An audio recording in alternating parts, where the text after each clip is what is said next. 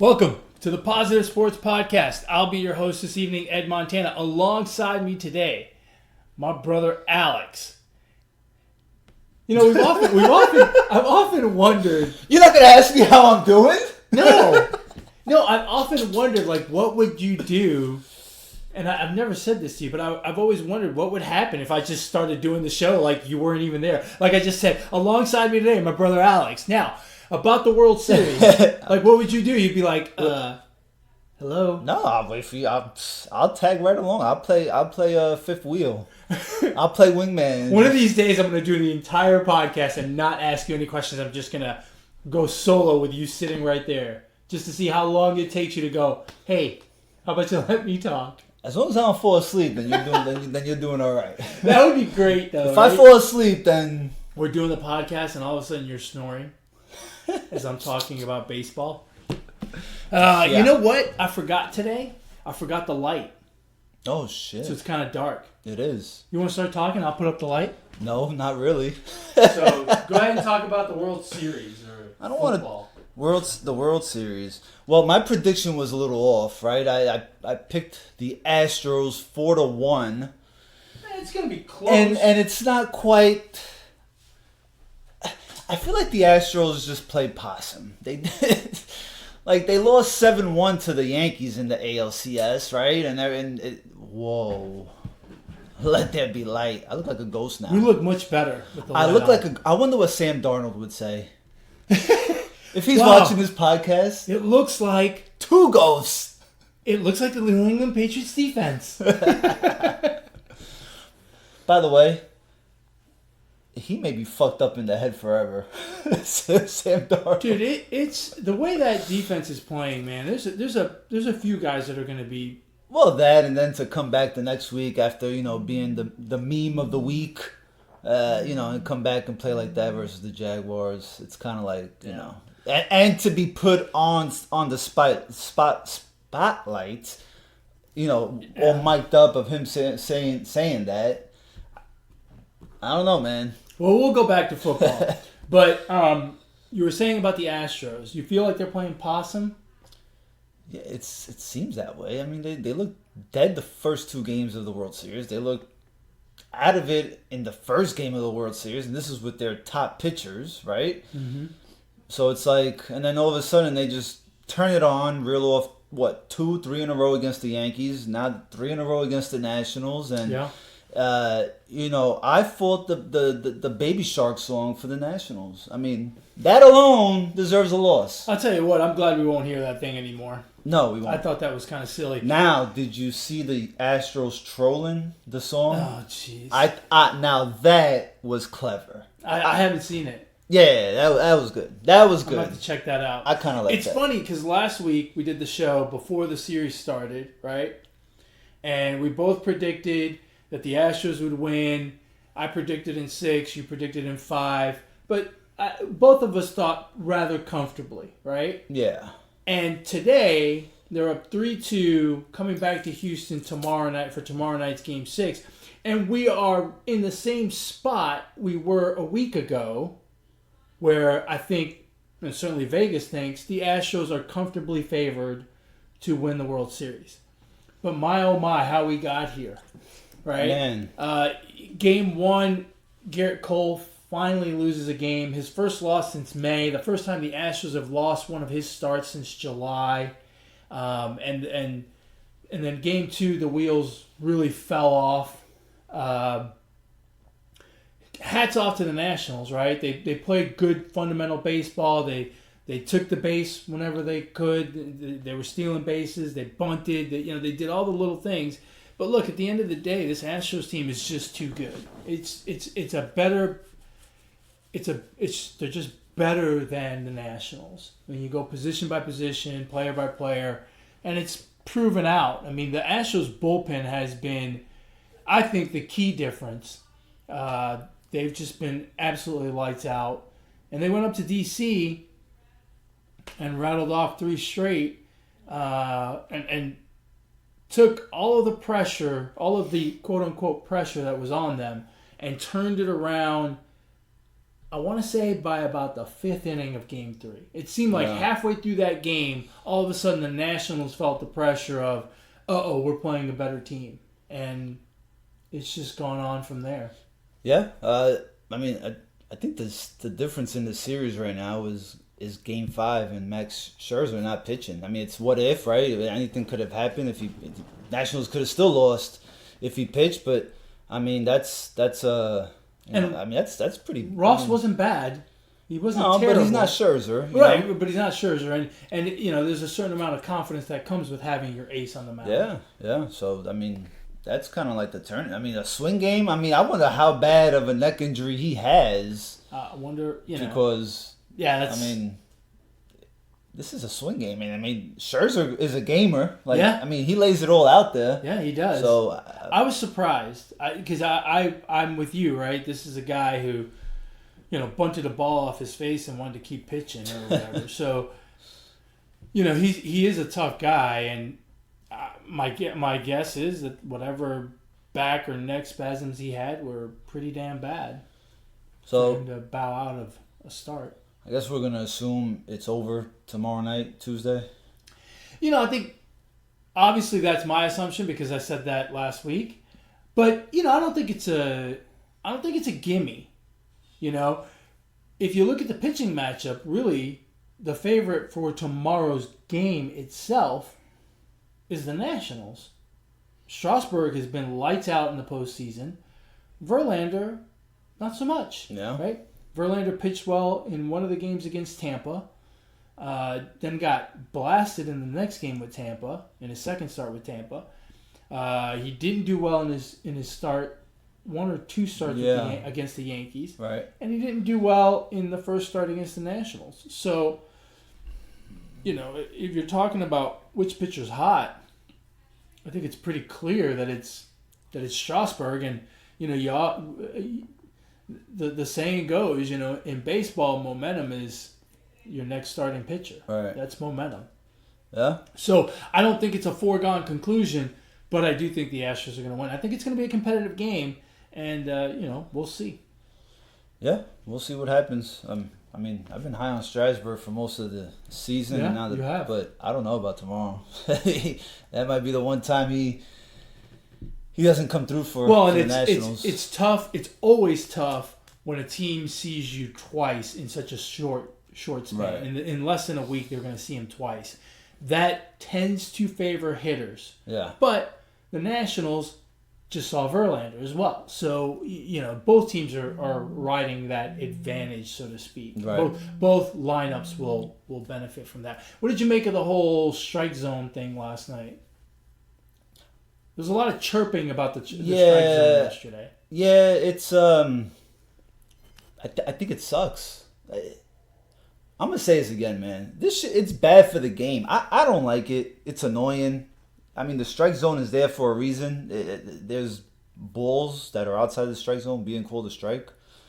There's balls in the strike zone being called a ball. So, I mean, if I either do away with the strike zone so the fans at home can't see it on the TV, and then maybe most wouldn't have a gripe, or I don't know, put robots up there or something. I mean, I don't know. I don't know. It's the Yankees got a raw deal throughout the season from some of the calls, and it's continued here in the playoffs for other teams. And I mean, if it's a ball, it's a ball. If it's a strike, it's a strike. But I mean, it's just got to be more consistent. I think they should. I think TV should do away with the strike zone thing because, first of all, they're not showing the strike zone, right?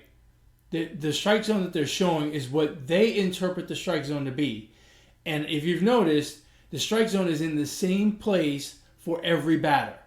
So it's in the same place for Jose Altuve as it was for Aaron Judge. Mm-hmm. And that's not right. That's not the strike zone. The only part of the strike zone that is the same for everyone is the width. The width of the strike zone is the same for everyone. It's the width of home plate. The height of the strike zone is different for everybody. Maybe they've changed the rule. Maybe they've gone from, okay, let's go, 36 inches from the ground up, and then that's no matter where the batter's knees are, that's where the strike zone Yeah, starts. but you can't do that because think Why not? about it. Well, think about it. You've got a guy like Jose Altuve who's Right. 5'7" or 5'4" or whatever, Mm-hmm. and you've got Aaron Judge who's 6'8". Right, so his strike zone is going to be bigger. Not only that, it's going to be higher. Right, so just make it the same for everybody. Right, but then you can't do that. Why not? Well, because then Altuve is going to have to swing at pitches at his neck. Or Judge is going to have to swing at pitches at his ankles. He's going to have to go up there with a 6-iron. Yeah, Tiger Woods style. Exactly. Yeah, You know, I don't know. I think they need to get rid of the strike zone because that's part of the problem. The umpire last night I thought was maybe a little bit off, but for the most part, I think most umpires are consistent. So maybe they all call, an inch or two off the outside part of the plate, but they do it for both sides. So the pitchers and the batters adjust. But this is something that they've learned since they were little kids. My son pitches, and he immediately locks in on what the umpire is calling. And if the umpire is giving him 2 inches off the outside part of the plate, my son's trying to throw there all the time. Mm-hmm. Now, he's a dummy because when he goes to bat, he doesn't swing at those pitches because they're balls. And I'm like, well, wait a minute. You can't have it both ways. Right. And I think in the World Series here, certainly at this level, the umpiring's been consistent both ways. They've been calling it. They've been calling that strike zone the wider strike zone. Last night I thought it was a little bit wider strike zone than we've seen earlier. But the problem is the strike zone that people put out on that Fox is putting on the broadcast is it doesn't move, and it's Right. just it's not accurate, and it's not accurate for anyone because it's never tall enough. No strike zone that they show on Fox makes it up to the letters on any player. I'll say this. When I play Little League, the one thing my coach used to tell me, with 2 strikes, if it's close, you got to swing. Exactly. And those pitches were all pretty close. Yeah. That looked like balls and were called strikes. Mm-hmm. They were close. Got to swing. In that one inning where Garrett Cole was pissed off that he didn't get the called strike, and then on the next batter he did, both of those pitches could have gone either way. They Right. were very, very Yeah. close. The fact that neither national swung at them I thought was wrong on the Nationals, right? Especially with the amount of movement that Cole has on the ball. I mean, it's insane. That guy, everything he throws moves in a different direction. It's crazy. I wonder what baseball's going to do about the umpires, because I think they've lost the respect of the players and especially the managers. I mean, they got these managers mic'd up. Aaron Boone went off on the home plate umpire earlier this year. Dave Roberts calling him, "Hey, wake up! It's the it's a little bit insulting to if I was an umpire, I would feel like shit. I really would. Regardless, I think I'm doing my job, but to be talked like that, by another another adult, the umpires do not have the respect of the managers and the players at this point. I hate to tell you this, but it's been that way forever. The difference is that now we hear it because there's mics everywhere and social media, so Right. people get the clips and they spread it around. Yeah, probably. But still. I mean, umpires have been. That's why a lot of these umpires don't care, because they've been hearing it forever. It just doesn't bother them anymore. They tune it out, and because the umpire last night, Martinez was pretty harsh on him, and he didn't throw him out. He didn't even say anything to him. He acted like, he had the little exchange with Gomez, but he acted like he didn't even hear it. Yeah. So, What do you think about Girardi signing with the Phillies? that I was going to ask you about that. Look, I'm surprised. How long has he been out? 2 years? I'm surprised it took this long for him to get snapped up. I would have thought everyone would have been putting a call into that guy right away. I think it's great for the Phillies, and I think it's bad for everyone else that had a managerial position open that talked to him and didn't get him, because I think Girardi's a great manager. especially in a situation where he's got a roster with talent on it. And, the Phillies do not have a bad roster. Are there holes? Yeah, absolutely. But everyone's got holes. The Mets got a better roster than the Phillies. The Phillies don't have a good roster at all. I mean, Aaron Nola's probably the best player. And he wasn't that great this season. He had a good season last year, but not this season. Yeah, but he's an ace. And I think with the right staff around him, meaning manager and pitching coach, it makes a big difference. Mm-hmm. And I think he can be an ace. Look, they've got Harper. They've got Real Muto, who I really like. That's about it. Segura's not. I mean, look, you can't make a.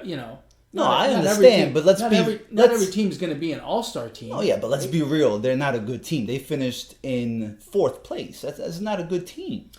It's not a good team. He's a good manager for that team. Why? Why? Because for one, they go away from what Kepler was to the Phillies, which wasn't much. A dummy. And Girardi can get more out of the players. And I think that's what Girardi really is. He's a good manager. I don't think he's a great manager. He fits better the Phillies than he fits the Mets. Girardi is going to side with the players all the time. He's going to baby them. He's not going to throw them under the bus. None of that shit. He's well suited for the Phillies. Now, does that mean that they're going to go to the playoffs and all that? No, because still the players got to play, and that's not a good roster. Now, if they make some more season moves, then hey, you never know. But as of now, it's not a good roster because it's the same as it was during the season, and during the season, it's a 4th place team.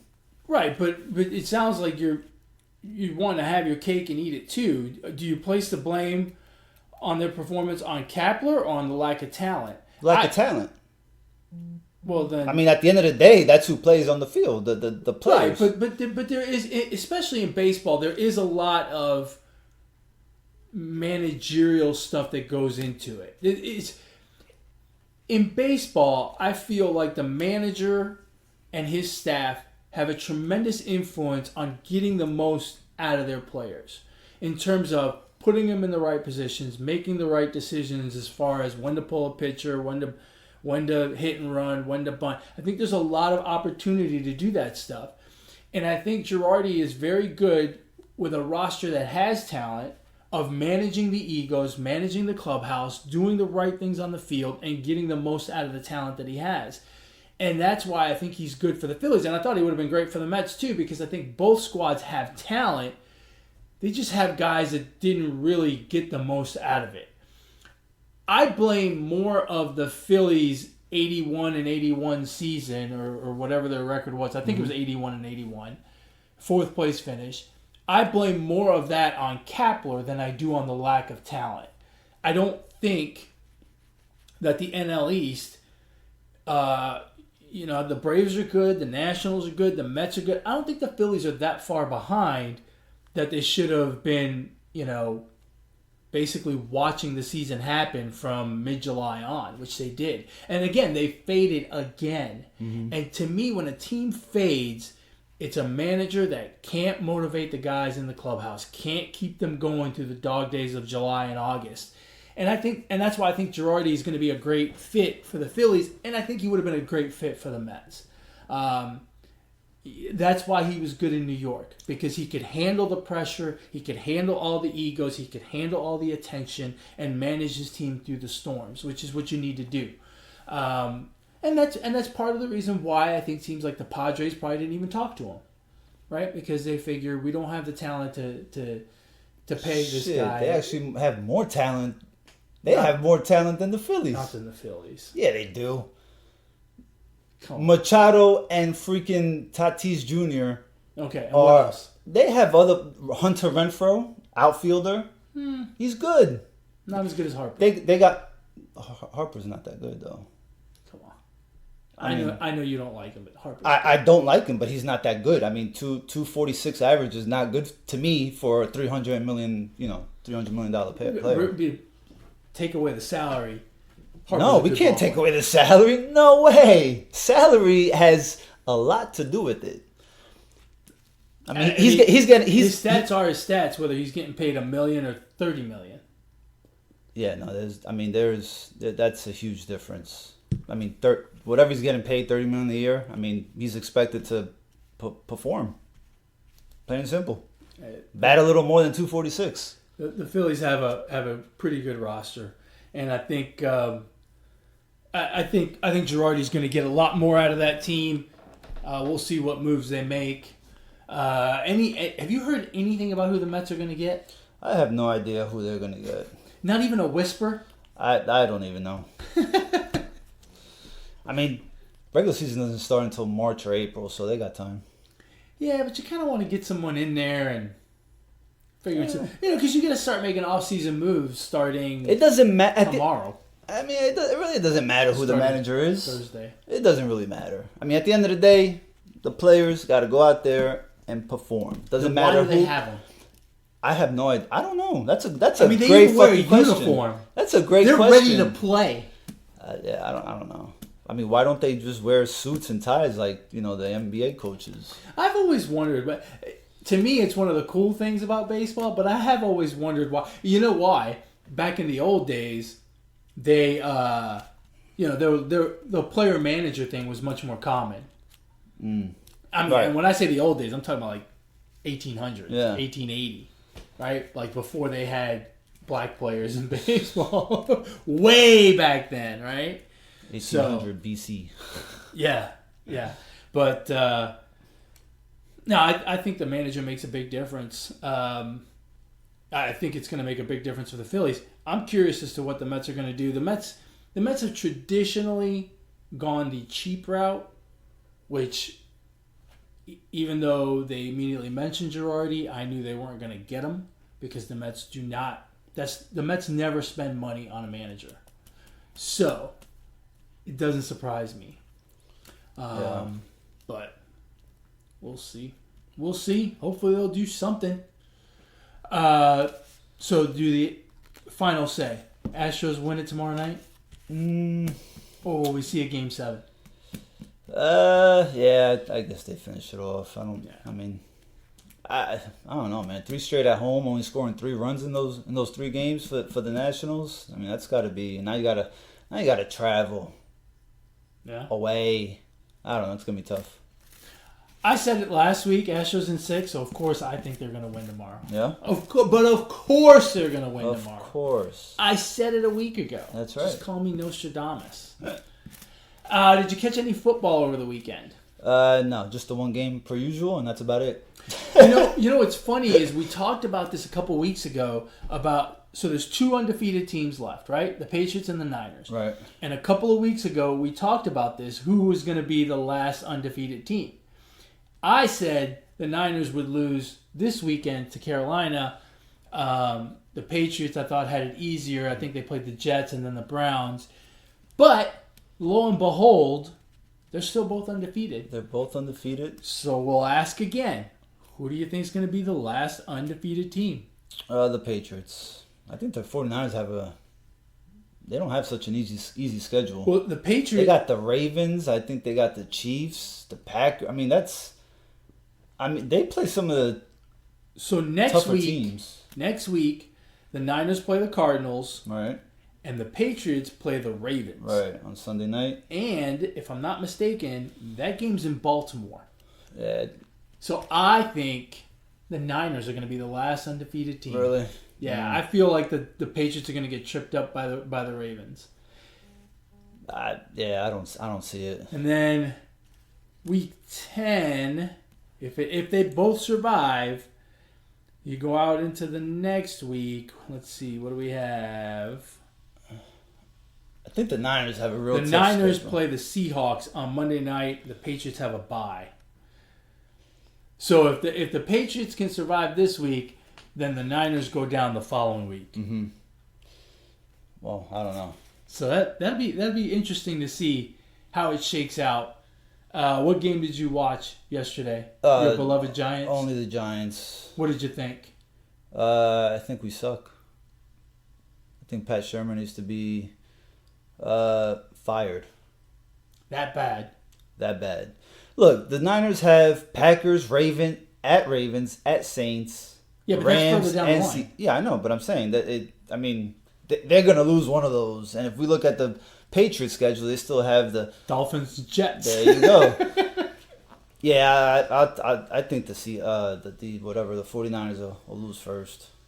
Well, this coming week, I That's think a tough schedule. this coming week we can agree the Patriots have the tougher game. Sunday night Yeah. in Baltimore is a lot tougher than the Yeah, but how many Cardinals times anyway. have we said, man, this is a tough week for the Patriots, and they make it look pretty How easy. many times have we said this is a tough week for the Niners and they're still winning? Never, because we just started talking about them last week. Man, they beat the brakes off Carolina. They sure did. They fucking Started slow, but They've come out of nowhere, man. They really have. Yeah. I don't know how much longer they can keep it up. And, I mean, this is all defense. It's funny because both teams are winning with defense. Yep. So, and, the Saints are probably the quietest 7-1 team out there. I know. What did we say when Drew Brees went down? We thought they would go 2-2 if he was going to be out 4 weeks or 3-3. I thought they would be. Done. No, you thought they would be. I thought they would stay afloat with Teddy Bridgewater. But Because I thought he and he did all right. Well, yeah, they did. But They did awesome. But they've been winning with defense too. Yeah, the one game they lost was the game Brees went down. Right. To the Rams. They went undefeated the rest of the way. Yeah. So they went 4-0 without Drew Brees. That's which is pretty impressive. It is. And people are talking about. I saw people were talking about who's going to win the NFC, the Saints or the field. And I'm like, well, you always take the field, right? Because anything can happen. Do you? I mean, look, the Saints look great, but I would still take the field because in the field I have the Niners, who are looking good, the Packers, who look really good, right? The Vikings, who look pretty darn good, Yep. the Seahawks, who can be a real pain in the ass come playoff time.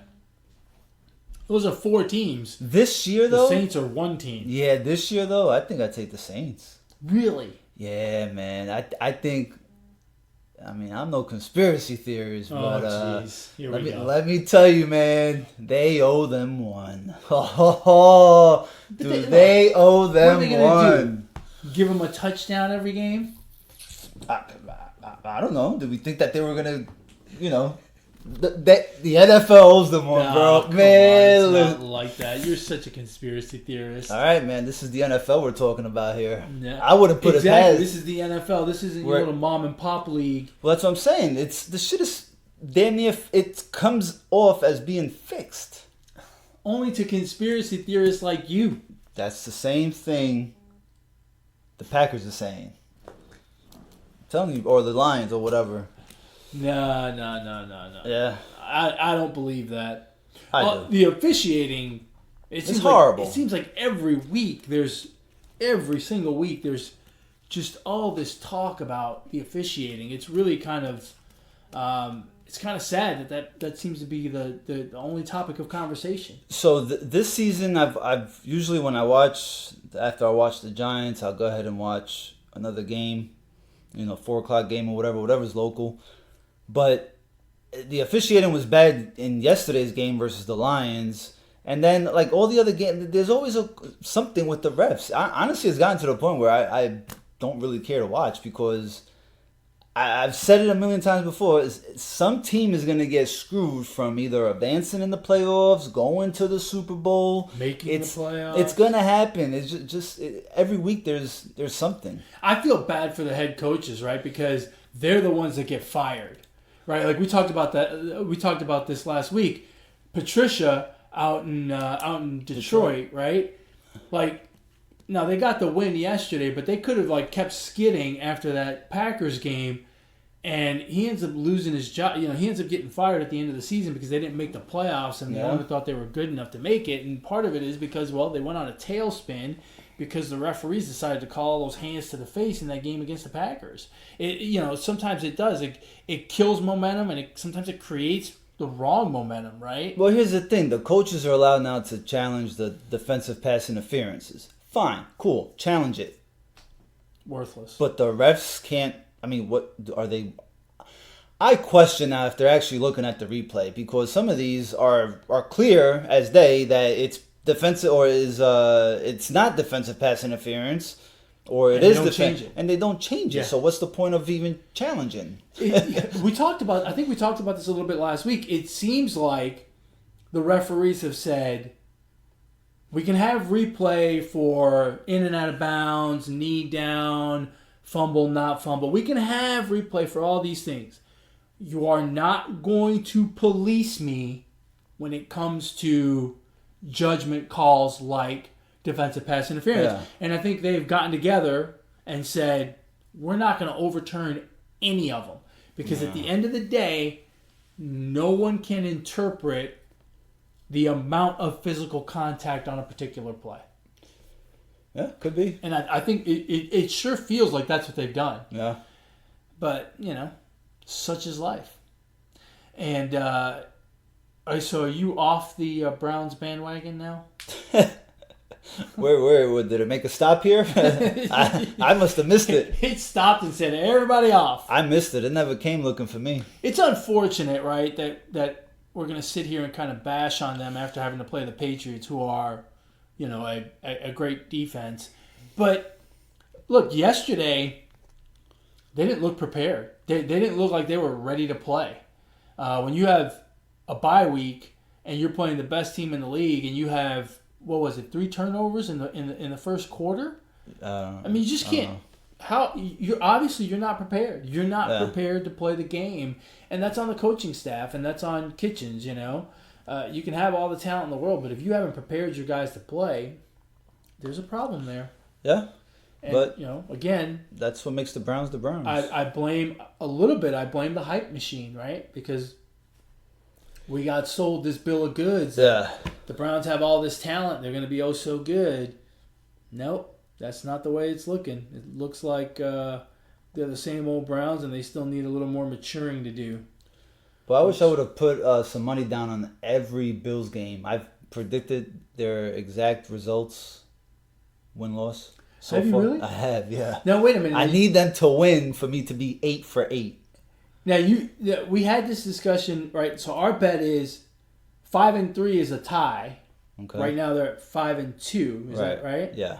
So they got the Redskins. So I mean, that's they got the Redskins next week. That's a gimme. That's not looking good. That's not looking good for me. That's a gimme. So is it at Washington? It doesn't matter. It could play on the moon, and Washington will lose. Oh no, it's in Buffalo. Is it? Shoot, I'm gonna lose my bet. So after next week, I'm gonna predict their next 8 games because I've already kind of looked at their schedule. The week after that, they play the Browns. Oh, well, Cleveland. I might as well predict that right now. But it's in Cleveland. It's in Cleveland? And they'll be prepared for that because they'll be at home. They'll have more time to prepare. Right, yeah. Right. They won't have to travel, so they'll be able to actually get ready to play the football game. Yeah, they sure do play the Bills. Man, I need a 1-7 Redskins team to go to Buffalo and upset the 5-2 Bills in order to win my bet. Yeah, I don't think that's gonna happen. I'm gonna have to hear about you. I don't think it's gonna happen. No, for you. I think you're right. I think you're right. So we'll see. The Bills. I mean, they got a good defense. No, look, and they're doing well. I mean, they're not. They're doing well. If they go 6-2 here in their first 8, I mean, they really have the look of a contender right now, but a pretender in the second half. Yeah, but I mean, 6-2 sets you up for a playoff run, which good things can happen. And in the AFC, you have a chance, exactly, because it's not very good. I completely agree with that. So let me ask you: Did the Eagles save their season yesterday by winning that game? Oh. Anytime you have a good quarterback, you have a chance. And again, I'm going to say it. If the wide receivers' biggest problems are not catching footballs, I mean, you can fix that all the time. Yeah. You can fix that. They should be all right. They're gonna struggle with the. It's gonna come down between them and the Cowboys. Oh, for sure. And whoever doesn't win a division is probably gonna be left out. Well, yeah, because you've got too much. Too many other teams. You got too many other teams. You got the Saints are pretty much by themselves in the South, but you've got. Well, the Panthers are still. I think they're 5-3.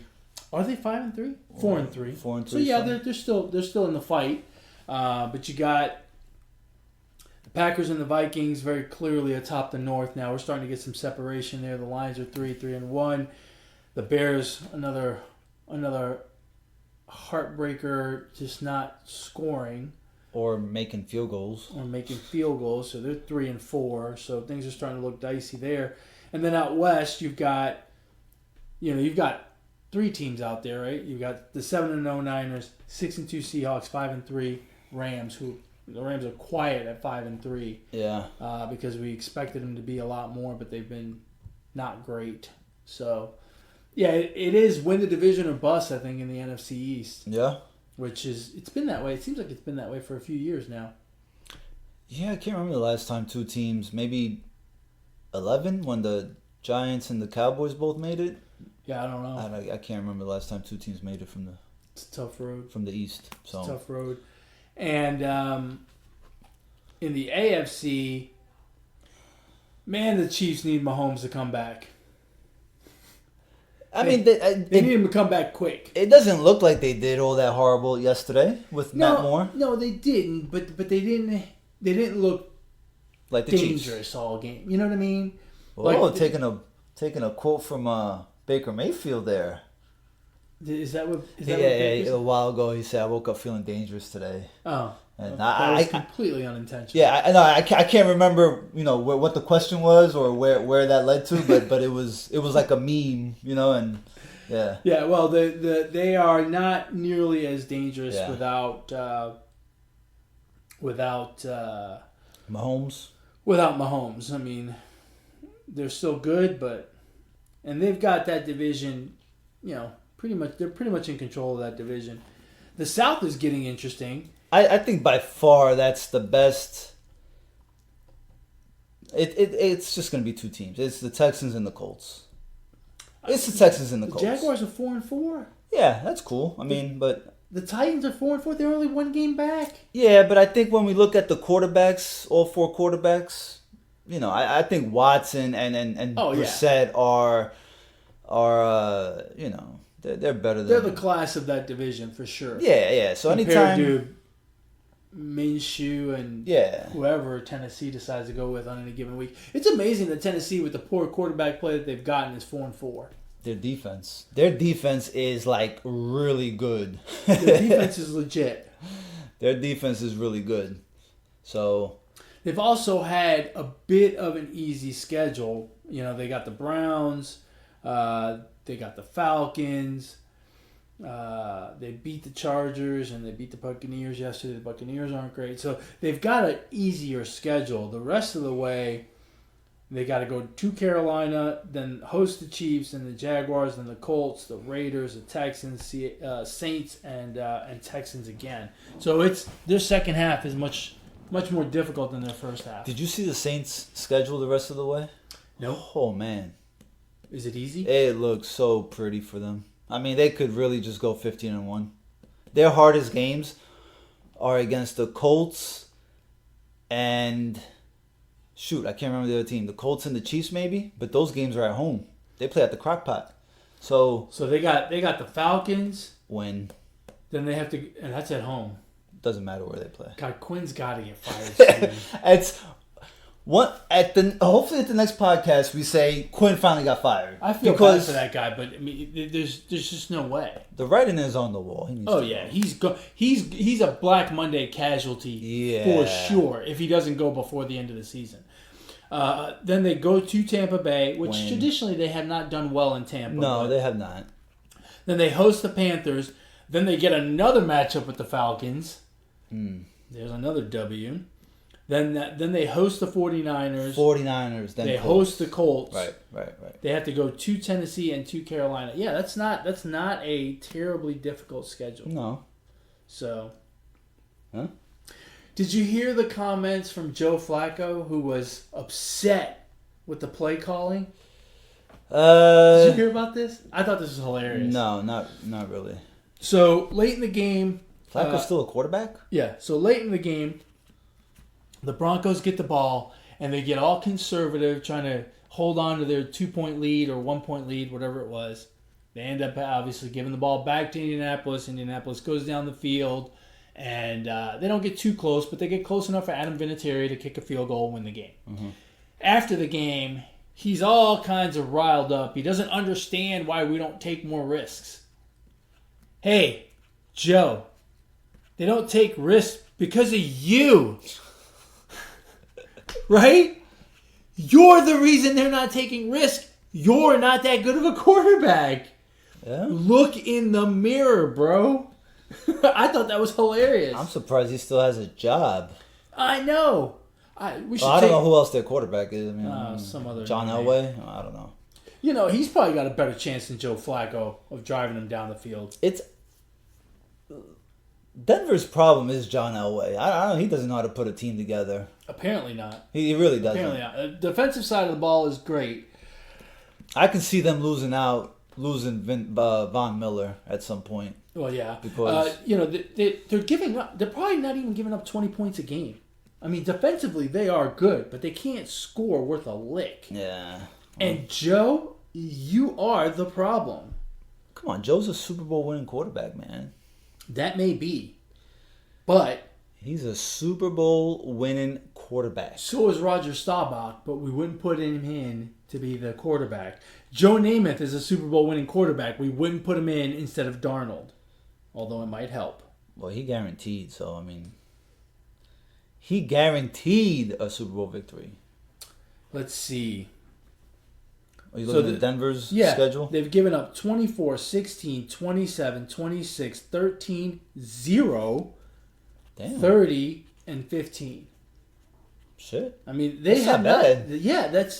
Their defense is doing the job. They've only given up 30 points once. Yeah. Which in today's NFL, that's pretty darn good. So yeah, it's an offense problem. Which, Joe, you're the problem. And they just traded away Emmanuel Sanders. Yeah.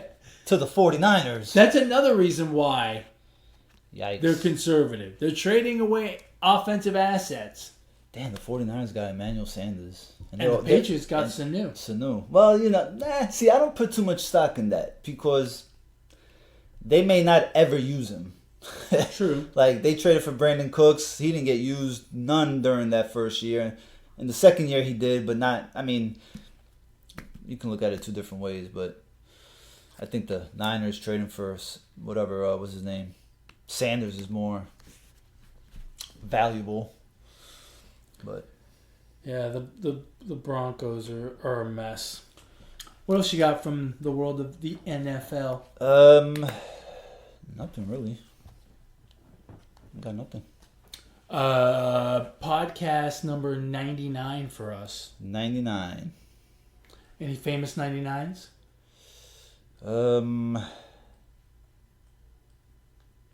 I feel old every time I think about this number thing. I always end up picking somebody from like the 80s. Like when I thought 99, the first person that popped into my head was Dan Hampton from the Bears, from that Super Bowl winning that Super Bowl winning defense that the Bears had in 1985. Ronald McDonald, Aaron Donald. He's 99? He's 99. Why did I think he was 90? I hope he's not. Is he? No, he's 99. Is he? I think so. Are you sure? Do we have to look this up? No, I'm not sure. But I think that's why I didn't think he was 99. I thought he was 90. But now that you say it, I think he is 99. I think he is. Oh, Warren Sapp. Oh, that's a big name right there. Can't forget what that end zone celebration. Exactly. It's funny. 99. It seems like an iconic number, but it took us a while to get to one that was really famous. Internet's slow, so I'm not getting nothing. I'm pretty sure Donald is a 99. I'm going to agree with you. So, the Aaron Donald episode. That's right. You got anything else, buddy? Nah, man. Shout out? Damn. I'm going to shout out 3 people. Over the weekend. 3 people? They did something for a good cause. Always like to hear that. Yes. Nothing better than seeing some flashing breast for Breast cancer awareness. Shout out to those 3 ladies. Was it 3? I only saw 2. I think it's 3 of them. Yeah, only 2 of them had the cojones to flash. The other one, I don't know. I think it's 3 of them though. That's hilarious. I'm waiting for them to be exposed on Twitter. Oh, for it not really being that's the reason? No, I What do you mean? I want them to become famous. Oh. Get their 15 minutes of fame. Oh, I think they're gonna get famous. I haven't heard anything. I mean, I've seen the clip, Right. but I haven't heard like them getting in front of a camera, on TV and going, "Yeah, we did it for XYZ reason or whatever." Yeah, I really wonder if it's true that's why they did it. Oh, is that what's come out? Yeah. Oh, I didn't know So that. yeah. That's what I said. I don't know. I mean, maybe it is. I don't know. What I do find funny. Was Cole distracted by it? Apparently not. Maybe the umpire was because he wasn't calling balls and strikes the right way. He's looking behind him. But this is what I find funny. So one of the girls posted a letter, air quotes, from Major League Baseball saying, that they're banned from all future Major League Baseball games. They already got this letter? That's what I find last funny. night? I saw the letter last night that was posted on the internet. So I'm like, how the hell did they get a letter that fast? Did they give it to them right then and there on their way out? Like the ushers at the stadium, they're all walking around with these letters in their pocket. Letters for flashers. Like, did Manfred go straight to them and, kind of take a little peek and say, oh, by the way, here's your letter. Don't come to my baseball Maybe games Trump anymore? noticed him and executive ordered somebody That's what it was. All right, impeach that motherfucker. I thought that was very interesting. I didn't catch it during the game. I didn't see it live. Stuff, but I wish I would have. shout out to them for making themselves famous. Yes. Some way, somehow. Pretty I much. do not have a shout out.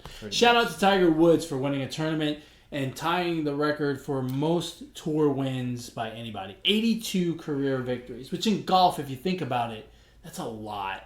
Where the hell was this tournament at? I don't know. I've never even heard of it. The Zozo tournament? Whatever. He won. It's a PGA Tour event, so it's real. But it's like overseas, right? Because there's a time difference. Oh, well, I don't know. No? I don't know. Oh. I don't know. But, regardless, 82 wins. Huh? If you win 4 times a year, if you get 4 wins in a year, that's pretty darn good. Oh, yeah.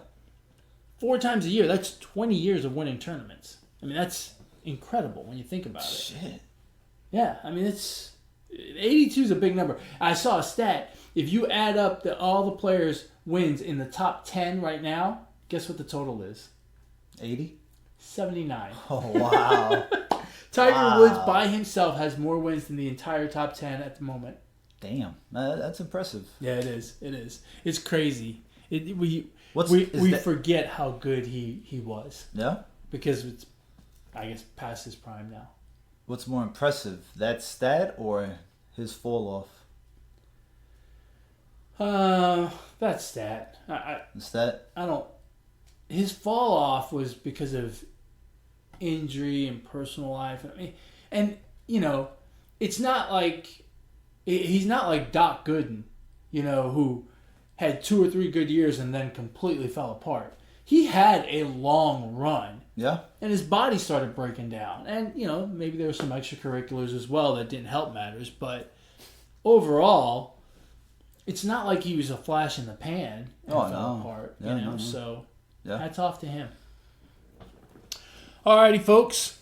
With that, we've come to the end of another wonderful episode of the Positive Sports Podcast, episode 99. If you want to get a hold of the show, you want to interact with us, you can email the show at positivesports10@gmail.com, positivesports10@gmail.com. If you want to get a hold of this guy, how do they do that? On Twitter at Brooklyn Gaucho 1. Sounds good. And if you want to get a hold of me, you can reach out to me on Twitter as well at eMontana21. Another one in the books, man. Next one will be episode 100. Damn. Crazy. That's a lot of podcasting. That's a lot of talking. Until then, ignore the negativity. Be the positivity. Peace.